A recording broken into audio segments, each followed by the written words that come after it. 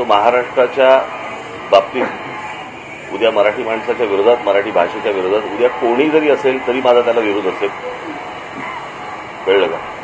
आणि उद्या जर समजा उद्धव ठाकरेंच्या काळामध्ये मला आत्ता मी तो हा प्रश्न विचारला यांना, परंतु तो कुठचं उच्च शिक्षण, प्राथमिक शिक्षण आणि काय उच्च शिक्षण याच्यामधला तो शालेय काहीतरी असेल, तो त्याच्यानंतरचा तो विषय आहे असं माझ्या आता कानावरती आलं. मला अजून त्याच्या डिटेल्स मला मिळाले नाहीये.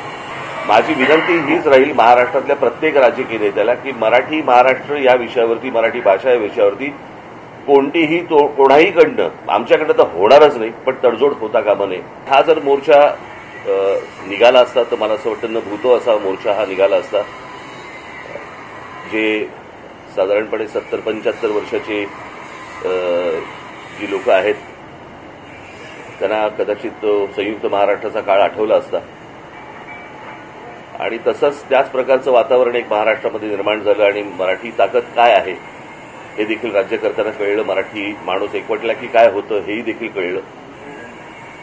त्याच्यामुळे परत असलेल्या भानगडीमध्ये सरकार जाणार नाही अशी मी आशा अपेक्षा बाळगतो.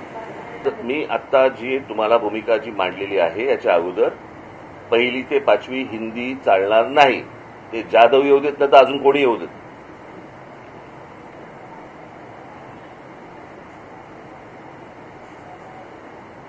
कळलं का? महाराष्ट्रामध्ये ज्या प्रकारचा मराठी माणसांनी विरोध केलेला आहे या गोष्टीला, याची जाणीव मला असं वाटतं जाधवांना असावी. राज्य सरकारमधल्या देखील अनेक मंत्री आमदारांनी देखील या गोष्टीला विरोध केला. मला असं वाटतं अजित पवारांनी देखील या गोष्टीला विरोध केला. ही गोष्ट आपण लक्षात घेतली पाहिजे ना.